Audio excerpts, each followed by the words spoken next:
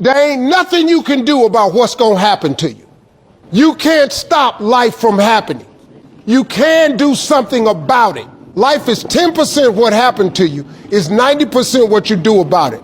You got to stop tripping every time something happened to you like it's the end of the world. It ain't. Just change your mindset. If you change your attitude, you change your altitude. We surround ourselves around people that make us feel great. They tell us what we want to hear. The second we put ourselves amongst the uncommon people, we don't like that feeling. That challenging feeling of that person who's waking up at 3:30 in the morning and say, hey, push your shit on, we're going for a run. We don't like that challenge. We like that person who says, hey, you know what, man, I don't feel good today, man. And they say, oh, it's okay, brother. Take a day off, man. We'll get a pizza and shit to watch the game. We love that feeling. Why? Because you understand, man, we're good, bro. We don't want that motherfuckers like this. Hey, man, no, bro. Get your fucking shit on, man. Stop being a punk. Like a lot of guys who graduate buzz, graduate this, graduate that, they get comfortable. They wonder why I'm getting weak, man. I don't know, I lost my edge. Because once you hit the top of the fucking mountain, guess what happened? I'm good. You're mediocre now, man. What are you fucking doing today, tomorrow, the next fucking day? You gain knowledge through suffering. And on the other end of suffering is a world that very few have ever seen. It's a beautiful world because that's where you find yourself. It's hard to keep going when no one is supporting you, when no one is clapping for you. And that is exactly why you have to become your own biggest fan. You really do have to believe in yourself when no one else does. If you don't, I'm sorry, but you won't achieve anything. Once something's important to you, it never leaves your mind. If you always dreamt about being a singer-songwriter and you never did it, you will be haunted by that at the age of 70 because it's still right here, stored in the back of your mind. It's something that's meant for you, that's trying to call to you. You see, your dreams, you either pursue them or they fucking haunt you. You've just gone through a breakup and it's the worst thing you've ever been through. Some of you lost your job and you thought that job was it. And so all of a sudden you're sitting there and you're thinking, man, I thought my life was together. Now it's in shambles at my feet. No, it's not. It's all right. A blade does not become strong until it's been through the fire several times. And this is just your first or second time through the fire. And there's a lot of hammer work that has to take place. And then you're going to have to go back in the forge again. And it's hot and it melts you down and you're uncomfortable. And then life is going to pull you out and it's going to put you on the anvil and it's going to hammer on you some more. And you're going to say, what, am I done yet? No. You've got a lot more forge time left. You've got a lot more hammer blows left. And it takes time. Embrace the process. You say, Dwayne, what process? Life. Embrace the journey and the process of life. When the alarm clock goes off, you get up, you get out of bed, and you go do what you're supposed to do. I don't care how it feels. I don't care if it's easy or hard. It doesn't even matter to me. It's just a reaction, it's a discipline, and it's life. And that's the way I choose to live my life. Don't fuck around today. Don't let them fuck with you. Don't take nothing from nobody. Today's your fucking day. You dream of days like today. Go out there and let these motherfuckers know you ain't fucking around today. I will never quit, because if you quit, you're done. You may still be alive walking around on this earth. You're done. I will never quit. I will persevere and I will thrive on adversity. My team expects me to be physically harder and mentally stronger than our opponents. I hold myself to that standard. I will be physically harder and mentally stronger than anything that comes against me, my family, my business, my brothers, my sisters, my team. I will be the one that is physically harder and mentally stronger, and I will work to maintain that position. You won't beat me. Men should be dangerous. By dangerous, that implies I should be ready to threaten someone, to hurt somebody. No, you should be capable of it. But that doesn't mean you should use it. There's nothing to you otherwise. Like if you're not a formidable force, there's no morality in your self-control. If you're incapable of violence, not being violent isn't a virtue. People who teach martial arts know this full well, right? If you learn a martial art, you learn to be dangerous, but simultaneously you learn to control it. Both of those come together. And the combination of that capacity for danger and the capacity for control is what brings about the virtue. Otherwise you confuse weakness with moral virtue. I'm harmless, therefore I'm good. It's like, no, that isn't how it works. That isn't how it works at all.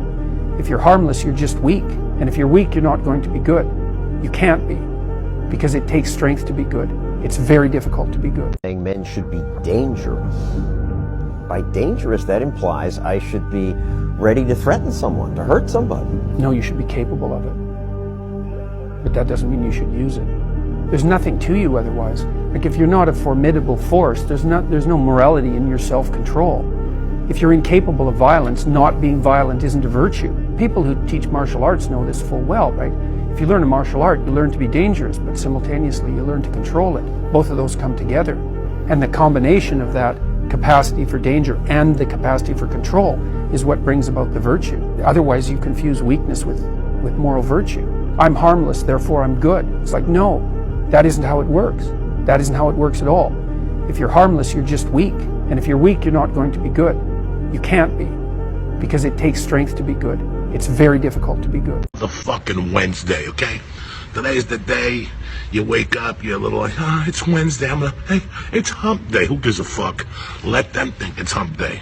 You come out of the fucking cannon like a fucking missile, you understand me? They're walking around, it's hump day, fuck you. Every day you gotta come out slinging dick and giving out fucking advice, you understand? Now here's the key to discipline. Start with the little disciplines, get excited over the little disciplines, and get right on those, because those will lead to the big ones. You can't handle the big challenges in life unless you take on the little ones.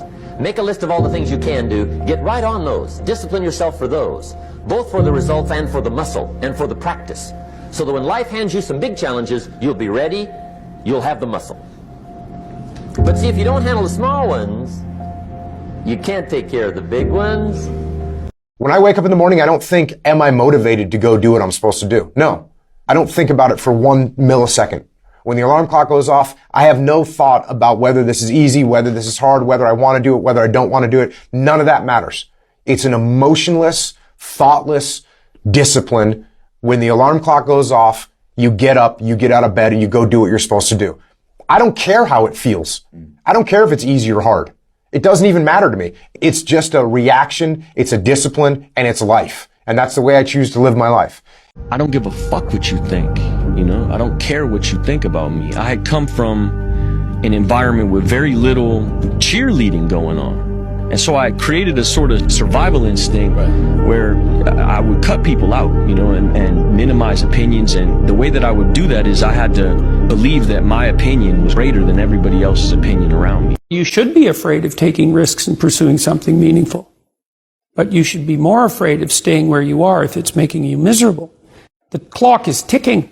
And if you're miserable now and you change nothing, in 5 years you'll be much more miserable and you'll be a lot older. I don't care if you have to inch your way day by day. Even if you have to get down and it hurts and it's hard and nobody can see what you're really going through.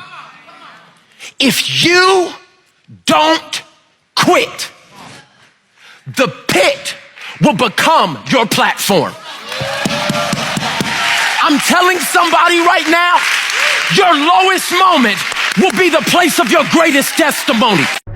What's the difference between the successful and the unsuccessful? The successful sacrifice, and things get better as the successful practice their sacrifices. The successful among us sacrifice. The successful among us delay gratification. People give themselves an excuse all the time when they say he's built different. Well, if you mean he gets up earlier, he stays later, he does stuff for others, he asks questions, he's humble, he works really hard when no one's around, then yeah, he's built different. You wake up earlier than people, you stay later than people, you ask questions, you be a good person, you care about others, you stay humble, you work harder than anyone when no one's there. I guarantee someone that feels bad about themselves soon will label you as he's built different. He's built different should be your label because people feel bad about themselves. I had like $106 in the bank and I had to sell my dog and things were not looking very, very good. My $40 car had just blown up, so I was taking a bus to work. I had no film history, no real film knowledge. I was just working from, I guess, instinct. So often I had gone to fight films or sporting films. Yes, we're going to go out there, we're going to knock them out, you're going to win. I said, no, I'm not going to win. I'm going to get destroyed. But if I can just be lucid, if I can still be standing on my feet, you know what, then life isn't so bad. And I think at the very end of our lives, if we can still say, you know, we were never humbled, we were knocked down, but we got up, and I can say, I lived life with integrity and I took all the blows and I still prevailed, then you feel as though you're invincible. You can take all that life has to dish out.